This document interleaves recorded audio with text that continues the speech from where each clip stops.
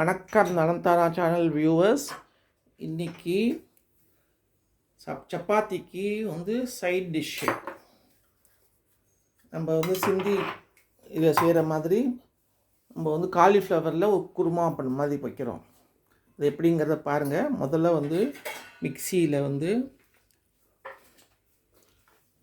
பூண்டு, இஞ்சி, பச்சை மிளகாய்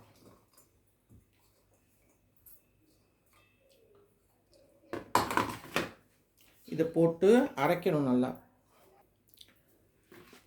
வெங்காயம் எல்லாம் போட்டு அரைச்சி நல்லா அதை அரைச்சிட்டு உங்களை பார்க்குறோம்.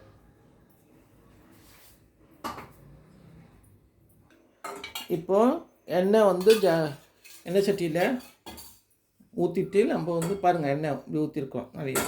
இப்போ பற்ற வச்சுட்டு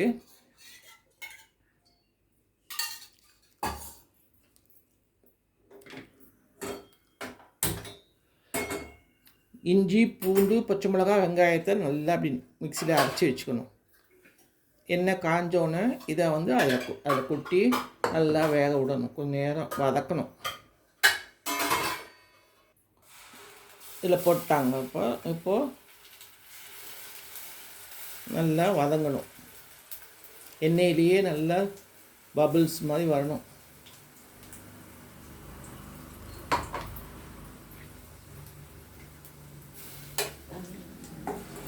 தண்ணி ஊற்றக்கூடாது.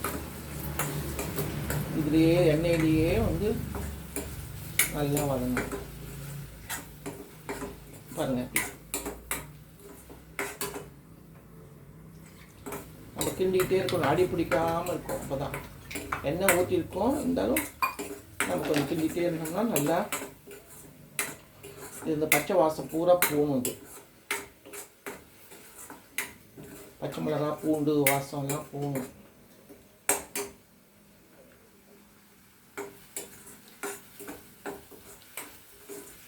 இதெல்லாம் வதக்கிட்டே இருந்தீங்கன்னா டக்குன்னு வாசம் போயிடும்.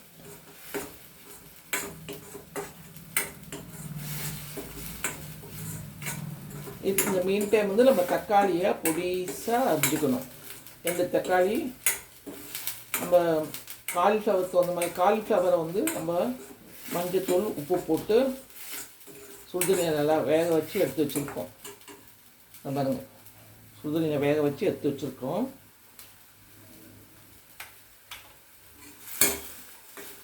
அதனால் உப்பு போடுறப்ப நம்ம அதை கவனத்தில் கொண்டு நம்ம மற்ற இதுக்கு போடுறப்ப, இந்த கிரேவிக்கு போடுறப்ப உப்பு கொஞ்சம் குறைச்சிக்கணும். நம்ம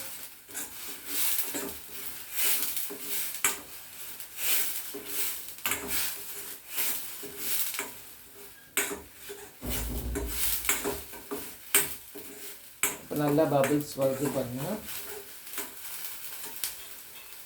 எண்ணெய் கொஞ்சம் நல்லா ஊற்றிக்கிட்டா நல்லாயிருக்கும்.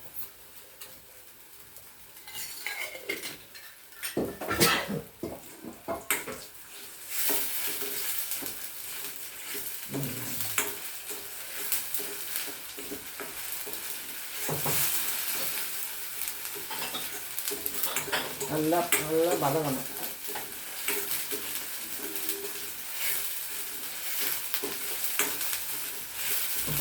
இப்போ அந்த தக்காளியை நீங்கள் அரைச்சிக்கிட்டே பொடியாக வச்சுக்கிட்டே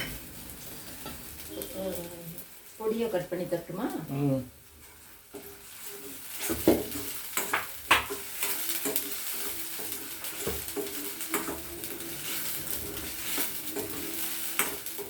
இப்போ இதுக்கு வேண்டிய நல்லா வதங்கிடுச்சு. மஞ்சத்தூள் கொஞ்சம்,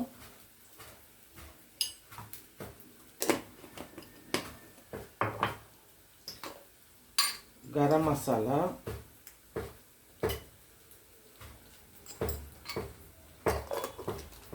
கரம் மசாலா டேஸ்ட்டுக்கு தகுந்த மாதிரி நம்ம போட்டுக்கணும். மிளகாத்தூள் பருப்பத்து மிளகாத்தூள்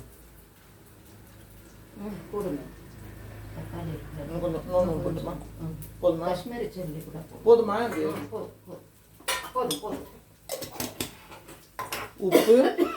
உப்பு போதுமா? இன்னும் கொஞ்சம் போடுமா? கொஞ்சம் போடுங்க. காலிஃப்ளவரில் போட்டிருக்கேன். போட்டுறாமா? இது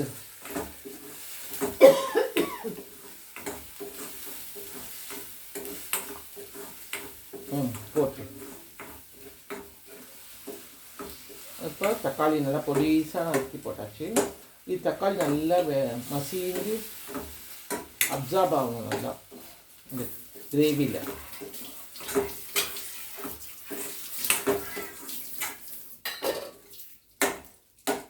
இப்போ வேண்டி கொஞ்சோண்டு தண்ணி ஊற்றிக்கலாம். கரம் மசாலா போட்டாச்சு. மிளகாத்தூள் போதும்ல? போதும்.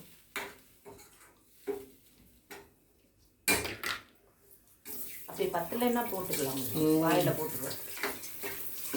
இப்போ நல்லா நமக்கு வந்து மசியும் தக்காளி நல்லா மசிஞ்சு வேகணும். தக்காளி வந்து எல்லாம் அப்சார்ப் பண்ணிக்கும் அப்படியே அந்த இதெல்லாம் கிரேவியெல்லாம்.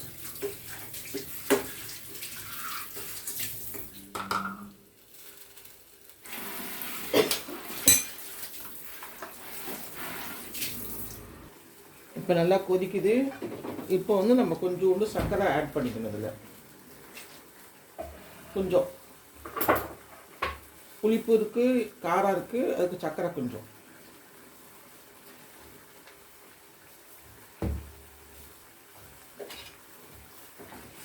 அதே மாதிரி கெட்டி தயிர் அடித்து வச்சுக்கணும் நம்ம.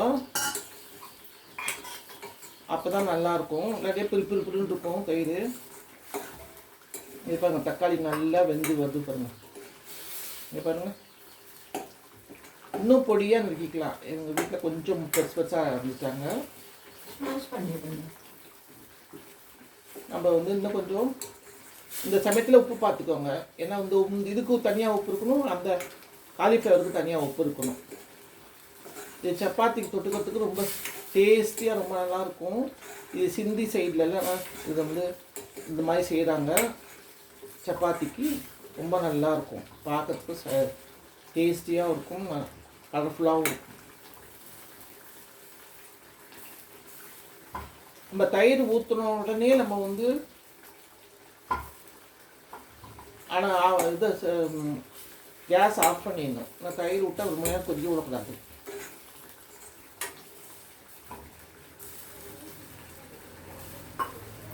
இப்போ மிளகா வாசலாம் போயிடுச்சு.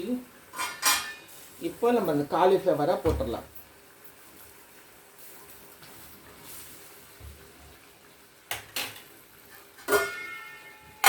காலிஃப்ளவர் போட்டுட்டு அதுவும் இதுவும் நல்லா பிளெண்ட் ஆகணும். இது நல்லா பிளெண்ட் ஆகணும்.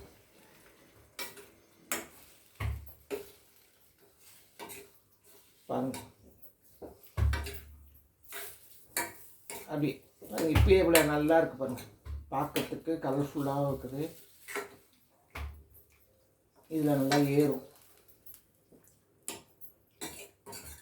இன்னும் நம்ம சரியாக இருக்குது. இன்னும் கொஞ்சம் நம்ம தயிர் ஊற்றுனோம்னா இன்னும் கொஞ்சம் நல்லாயிருக்கும்.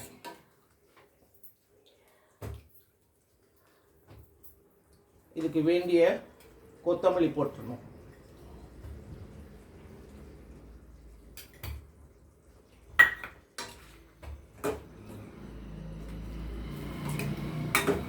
இப்போ பாருங்கள், இது கொத்தமல்லி சேர்ந்து இதுவும் சேர்ந்து நல்லா கிரேவி சூப்பராக வருது. இப்போ தயிர் ரெடியாக வச்சுருக்கோம். நம்ம தயிரை பீட் பண்ணி வச்சுக்கணும்.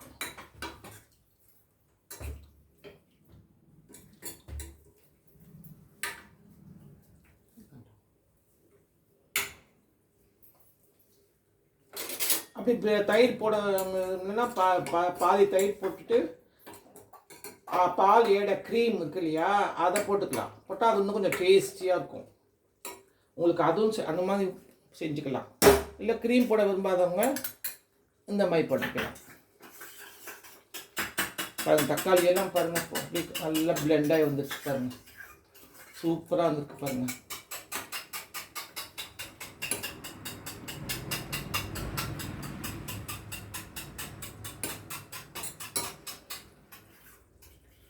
ஒரு 2 மினிட்ஸ் அப்படியே விட்டோம்னா நல்லா இருக்கும். காரம் ஏறிக்கும் காலிஃப்ளவரில்.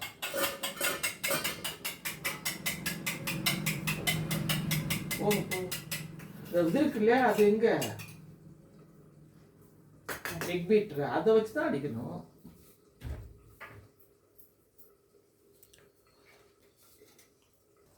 இப்போ நல்லா கிரேவி பாருங்க அப்படி ஜம்முன்னு வந்துருச்சு. இப்போ நம்ம வந்து தயிரை பீட் பண்ணி வச்சுருக்கோம், இதை அப்படியே ஊற்றிடணும்.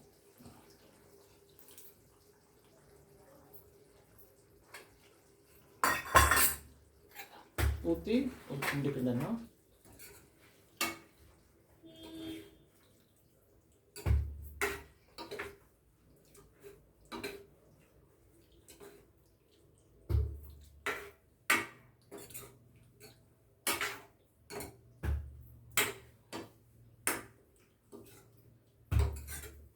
இப்போ மீதி கொத்தமல்லியும் போட்டுடலாம். போட்டால் இன்னும் கொஞ்சம் நல்லா வாசமாக இருக்கும்.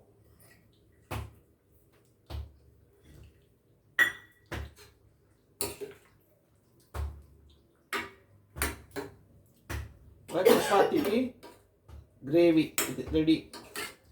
நீங்கள் செஞ்சு பாருங்கள். நலந்தானா சேனலுக்கு சப்ஸ்கிரைப் பண்ணுங்கள், பெல் பட்டன் மறக்காமல் அமுக்குங்க. நீங்கள் கொடுக்குற ஒரு கமெண்ட்ஸில் தான் நாங்கள் வந்து புதுசாக வீடியோ போடுறோம். ஒரு கமெண்ட்ஸுக்கு வந்து நீங்கள் வந்து கொடுக்க மறக்காதீங்க. இப்போ தயிர் போட்டதுக்கப்புறம் நம்ம 3 நேரம் கொதிக்க விடக்கூடாது, ஆஃப் பண்ணிடணும். பாய். வேற ஒரு வீடியோவில் சந்திக்கிறோம். பாய்.